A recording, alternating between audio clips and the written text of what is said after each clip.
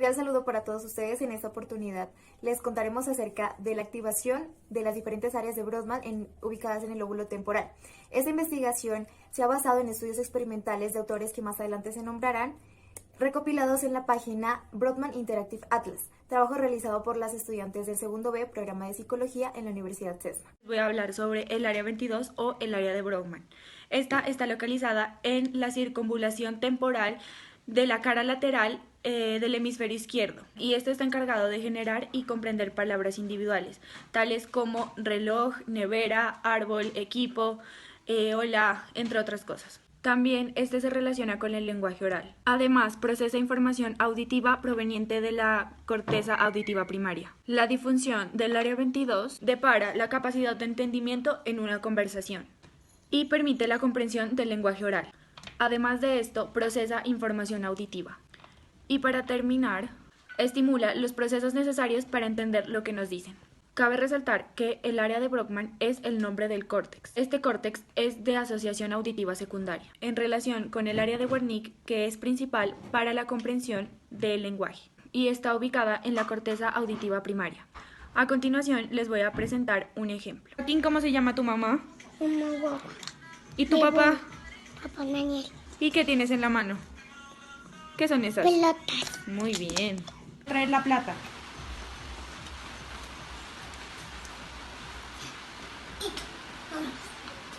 En el área 21 de Brodmann, área posterior multimodal o circunvolución temporal media, se determinan procesos de lenguaje, audición, visión y memoria. En el procesamiento selectivo para texto y voz se realizó un estudio denominado Contribuciones de la entrada sensorial, la búsqueda auditiva y la comprensión verbal para la actividad cortical durante el procesamiento del habla. A través de la resonancia magnética funcional se determinaría la actividad de esta área y de otras diferentes en la tarea de escuchar oraciones de habla natural y sonidos complejos o simples.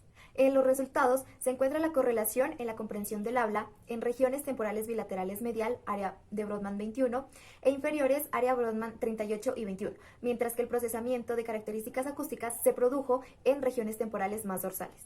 El área Wernicke respondió a la complejidad de los estímulos, pero también fue sensible a la búsqueda auditiva y la comprensión del habla. En el procesamiento visual, observación de movimiento, llamada localización de representaciones de aprehensión en humanos mediante la tomografía por emisión de positrones, observación versus ejecución. El PET se utilizó para localizar las regiones del cerebro que están activas durante la presentación de movimientos de agarre. En este estudio realizado con hombres diestros, la activación estuvo presente en la corteza de la circunvolución temporal media, que incluye la del surco temporal superior adyacente, área 21 de Brodmann, y la parte caudal de la circunvolución frontal inferior izquierdo, área 45 de Brodmann. En un intento por indagar sobre las áreas que se activan durante la recuperación de la memoria, se realizó un estudio llamado Medidas electrofisiológicas y hemodinámicas comparativas de la actividad neural durante la recuperación de la memoria. Las técnicas utilizadas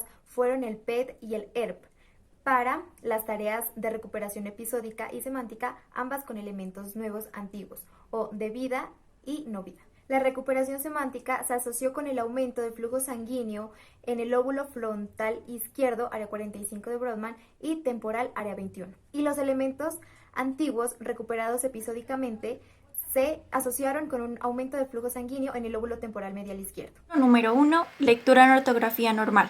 Un estudio de resonancia magnética funcional que investiga el papel de la familiaridad visual.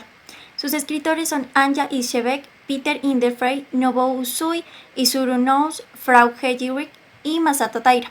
Ellos realizaron dos experimentos. En el experimento número 1 se analizaron pacientes durante una medición de resonancia magnética funcional con una tarea de articulación silenciosa. En el número 2 se realizó una tarea de decisión léxica fonológica utilizando un diseño relacionado con eventos.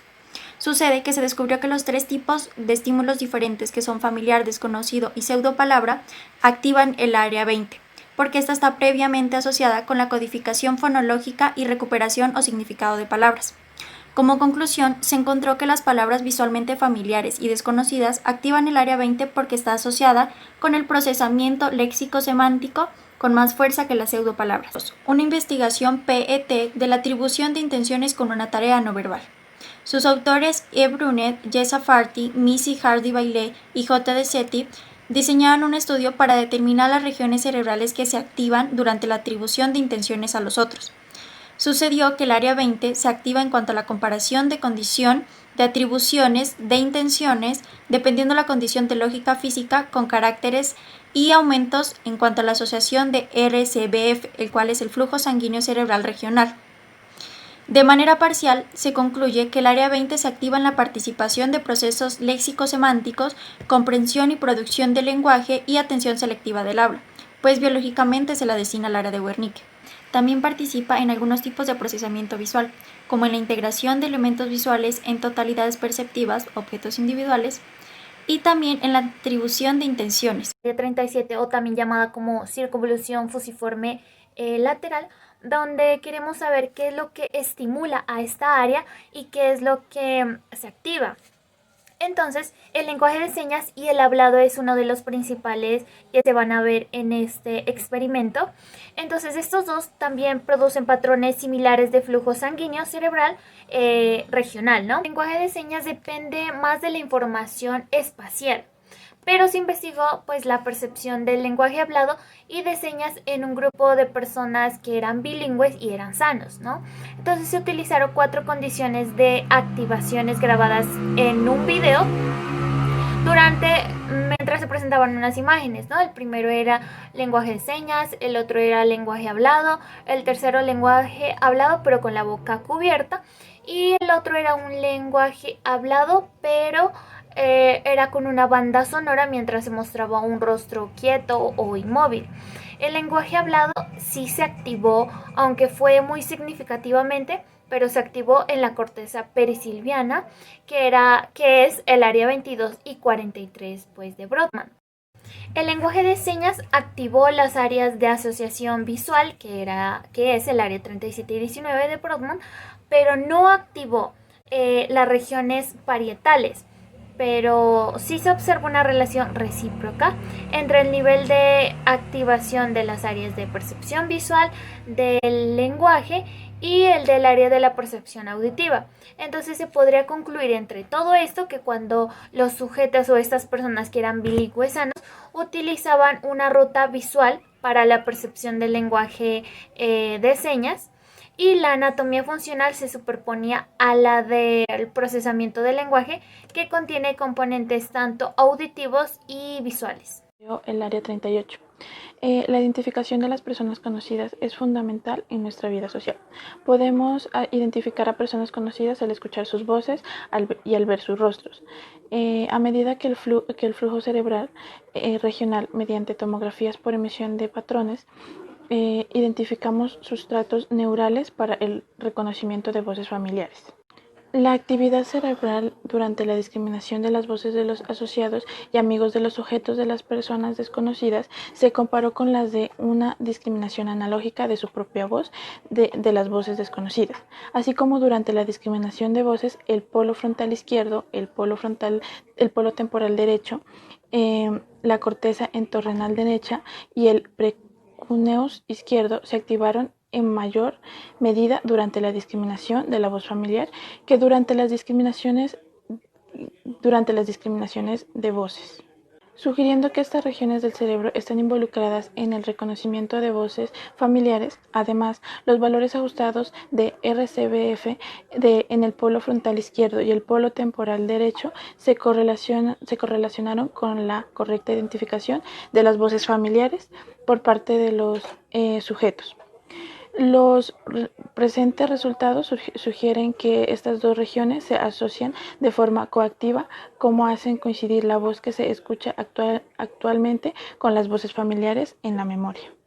Corteza auditiva primaria, área 41 y 42, ubicada en el lóbulo temporal, en estas regiones al lado de los oídos. También está ubicada en los giros transversales de la corteza temporal, o también llamada Heichel. Esta se prepara para ser transmitida a la corteza secundaria y ubicarse y oírse en el lado derecho como en el lado izquierdo. Se encarga de localizar cambios de frecuencia y la localización del sonido. Una lesión en esta área puede provocar dificultad para ubicar el sonido en el espacio y dificultad auditiva, que esta también se puede generar con el tiempo de forma natural. Por otra parte, uno de los papeles importantes es la estimulación. Esta se da desde el embarazo, después del nacimiento del niño y durante su desarrollo. Es importante ayudar a que los niños o bebés pronuncien palabras claves como sí y no para saber que su audición va en orden. Un ejemplo claro de estímulos como el ruido, el tono puro y los pulsos del tono puro, donde realizaron un experimento a 5 sujetos de audición normal. Se realizó un escaneo de tono básico en silencio, donde los resultados que hallaron fueron que los tonos simples tienen mayor predominancia en la circunvolución izquierda temporal transversal del área 41 de Brodmann. Y en las circunvoluciones temporales superiores, área 42 de Brodmann, se encontró que los sonidos con patrones acústicos discontinuos se vieron más presentes en esta área en ambos hemisferios. En conclusión, el procedimiento del lenguaje involucra múltiples estructuras neuronales. En la corteza humana, aunque se han implementado formas de neuroimagen y mapeo para así poder llegar a una conclusión más precisa del lenguaje en la corteza auditiva.